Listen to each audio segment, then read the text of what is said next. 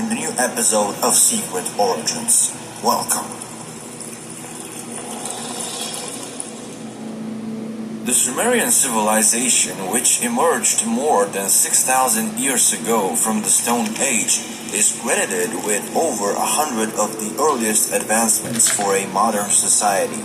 These include agriculture, science, medicine, mathematics, kingship, laws, courts, judges, schools, and essentially all aspects of society that were integral to its development.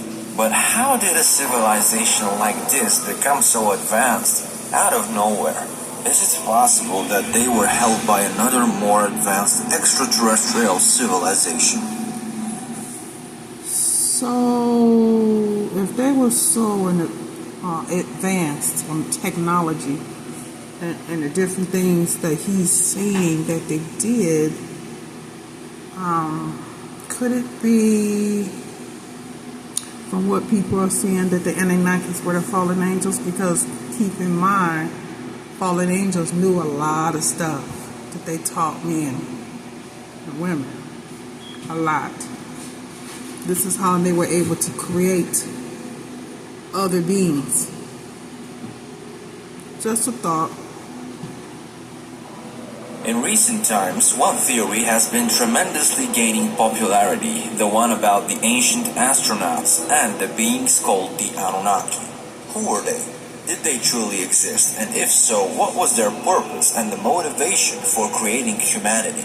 Thought to be the oldest civilization in the world, the southern Mesopotamian civilization of ancient Sumeria emerged around 3000-4000 BC. They left behind valuable evidence of their advanced society, including writing on cuneiform tablets made of clay and stone, which they invented. Using a wedge-shaped stylus to impress symbols onto wet clay tablets, their writing system allowed for information to be preserved.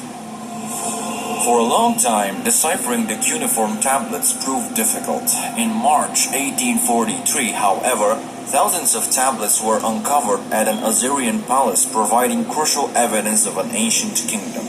Within a decade, the ruins of the Sumerian capital city of Ur were also discovered. Here, researchers found the ziggurat of Ur, cuneiform tablets, and gold-adorned tombs. But what is interesting is that the cuneiform tablets found at the site reveal more than just evidence of an ancient civilization. They point to descriptions of a group of divine beings known as the Anunnaki, or the princely offspring of God, who, according to Sumerian belief, descended from the sky. The Sumerian civilization believed in hierarchy of gods called the Anunnaki, which the heavenly gods being the supreme deities. These beings possessed immense knowledge and power beyond human capacity, and their origin remains a mystery to archaeologists. The Sumerian tablets suggest the possibility of extraterrestrial origin for the Anunnaki, who played a significant role in the civilization's development. They were responsible for genetically engineering the human race, as seen in the Sumerian king list containing names of kings who lived for hundreds of years, leading researchers to speculate about the presence of extraterrestrial genes. The Sumerian king list is perhaps one of the most important ancient texts that perfectly describes a time in history where literally gods ruled for thousands of years. After the kingship descended from heaven, the kingship was in Eridu. In Eridu, Alulil became king. He ruled for 28,800 years. Alaujar ruled for 36,000 years. They ruled for 64,800 years.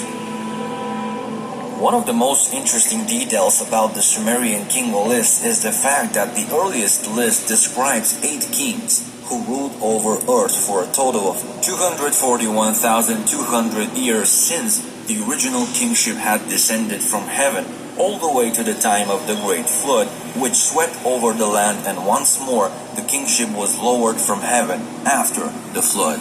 Could the ancient kings of Sumer have lived for hundreds or even thousands of years, making them our extraterrestrial ancestors? Some believe this question was answered over 35 years ago. In 1976, Zecharia Sitchin published the book The 12th Planet, revealing his interpretation of the Anunnaki deities. Sitchin believed that the Sumerian gods were extraterrestrial who landed on Earth over 450,000 years ago, created humans, and played a role in their downfall during a great flood. But why did the Anunnaki visit Earth and create humans? According to Sitchin's hypothesis, they came to Earth to mine gold and created humans to perform the task. This theory is controversial, but provides evidence that the Anunnaki were the original creators of mankind. The Anunnaki claimed to have come from their planet Nibiru and could travel through stargates and wormholes. Zecharia Sitchin also claimed that the Sumerians learned astrology from the Anunnaki, which gave them a deep understanding of our solar system, including Venus and Saturn, and even depicted a 10th planet called Nibiru. So the stargate that they are showing looks just like the Hadron Collider that they have now. Put it right in our face. I mean, they made a movie out of it, basically seeing that it was another civilization, like maybe Egypt, or possibly a civilization in the time of the Anunnakis. We don't know. But that machine looks just like a Hadron Collider they got over in Switzerland. Sitchin believed that Nibiru orbits the Sun every 3,600 Earth years and causes disruptions when it passes close to Earth. In 1983, the Washington Post reported a heavenly body as large as Jupiter, and NASA had acknowledged the possibility of a large hidden planet due to gravitational effects observed in our solar system. Modern astronomers have detected a 10th planet larger than Pluto. Some believe that the Anunnaki came from Nibiru and created a shield on Earth using gold to help heal their own planet. So who exactly were the Anunnaki? The term Anunnaki comes from Anu, the chief god of the sky, and Anunnaki simply means the children of Anu, or it can be also translated as those who came from the sky. The three most prominent figures in the Anunnaki pantheon are Anu and his two sons, the half-brothers Enlil and Enki. Anu was the supreme god and ruler of the Anunnaki and was believed to reside in the heavens, overseeing the actions of the other gods. Enlil was the god of the air and storm. He was the firstborn son of Anu and his rightful heir, so his role on earth was as the enforcer of his father's will. In a way, he was the main ruler of the planet. Enki was the second son of Anu. He was the god of knowledge, wisdom, and creation. Originally, Enki was worshipped as a god of fresh water and served as the patron deity of the city of Eridu. Today, Eridu is often considered to be one of the oldest permanent settlements in Mesopotamia and perhaps even in the world.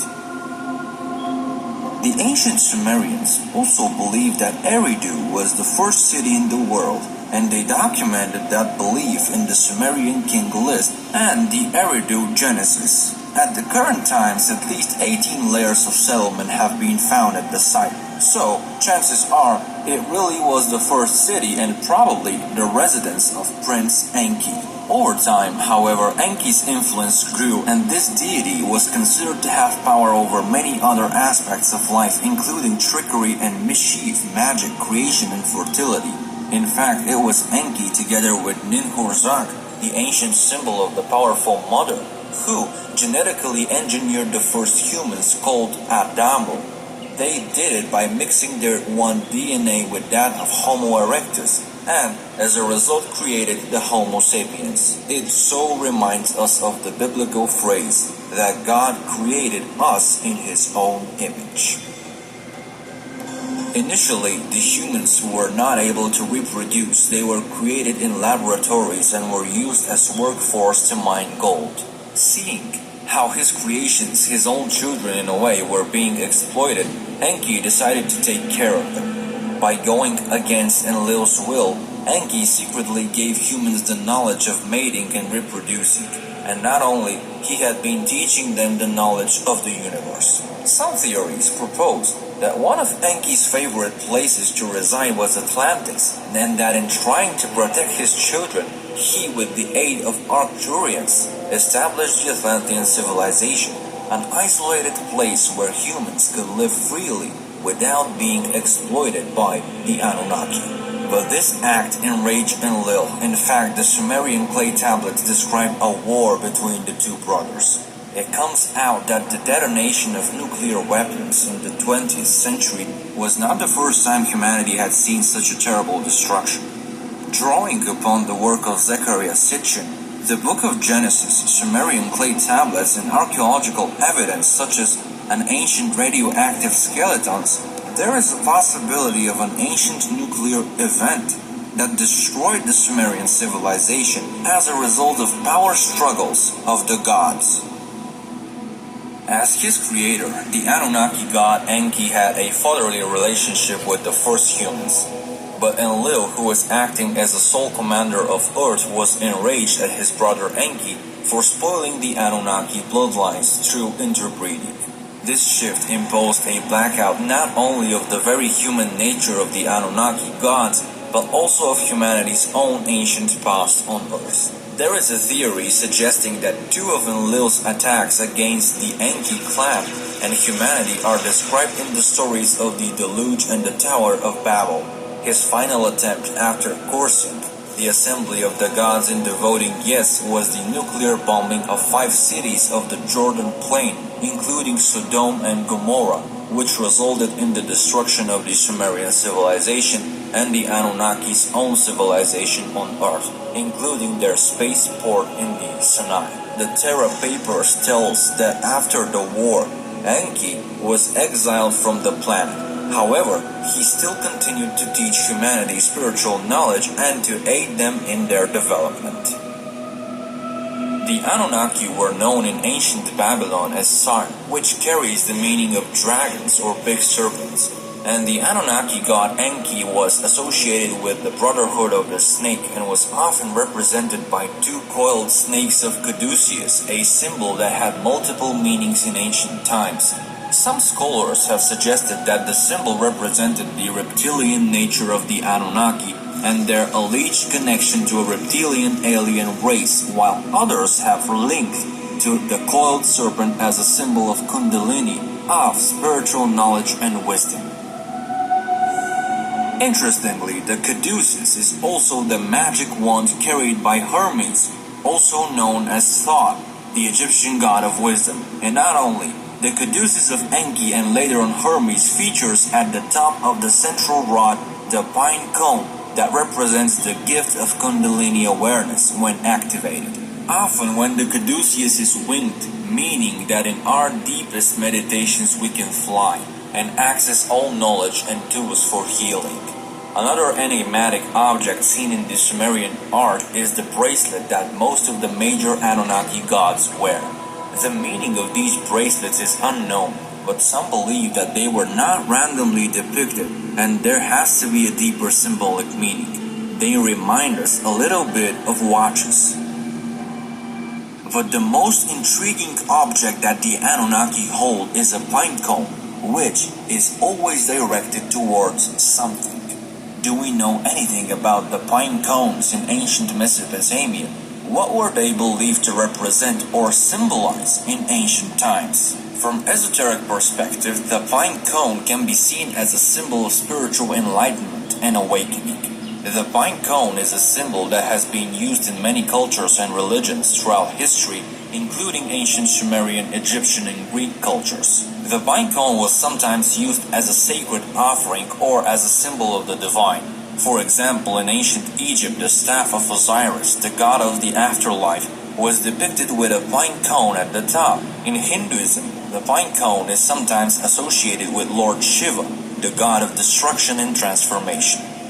The Pope's staff, also known as the papal ferula, features a pine cone as a decorative element. In Vatican Square, there is a bronze sculpture of a pine cone that is known as the largest in the world. It is located in the courtyard of the pine cone and is considered a significant symbol of the Vatican's spiritual and historical significance. Why? In some esoteric traditions, the pine cone is also seen as a symbol of regeneration and rebirth. This is because the pine cone contains seeds that can be used to grow new trees, symbolizing the cycle of life, death, and rebirth. Conifer pine trees are one of the oldest plant genera on the planet, having existed much longer than all flowering plant species combined.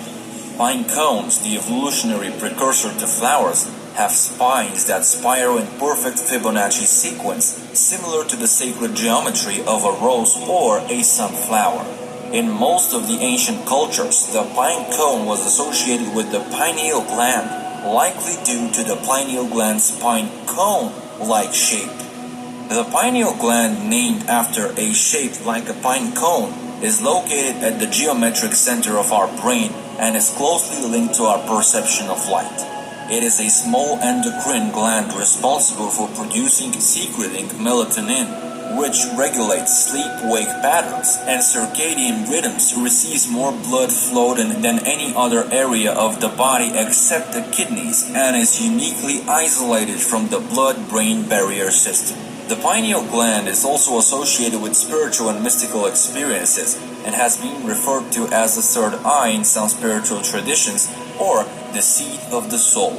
It is said to be the gateway to higher state of consciousness and spiritual experiences.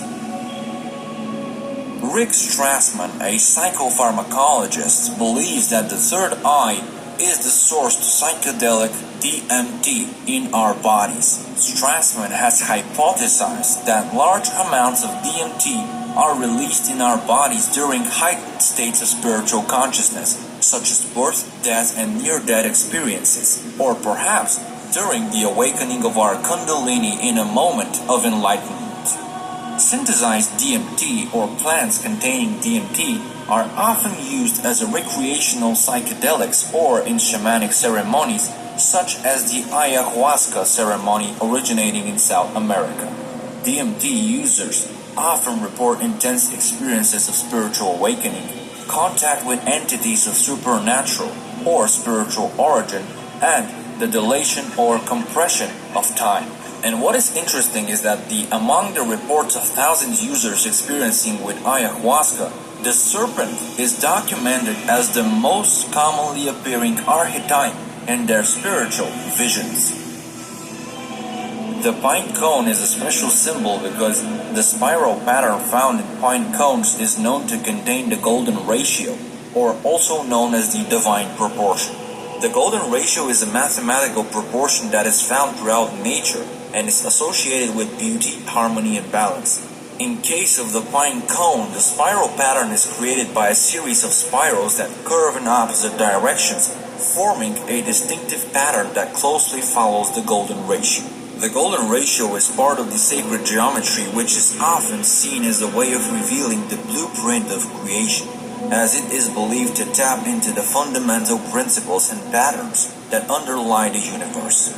So now, it is even more evident that the pine cone that the Anunnaki were holding was not there by chance, but in fact, it symbolizes sacred knowledge, the blueprint of creation of the whole universe, and carries the message of spiritual awakening and enlightenment that can be achieved through the activation of the pineal gland. And so it comes out that the Anunnaki not only created humans as slaves, they also played a role in the evolution of human consciousness, helping humans to access and cultivate their spiritual potential. By their genes with that of Homo erectus, they also encoded in our DNA sacred knowledge of the universe and of the source of everything.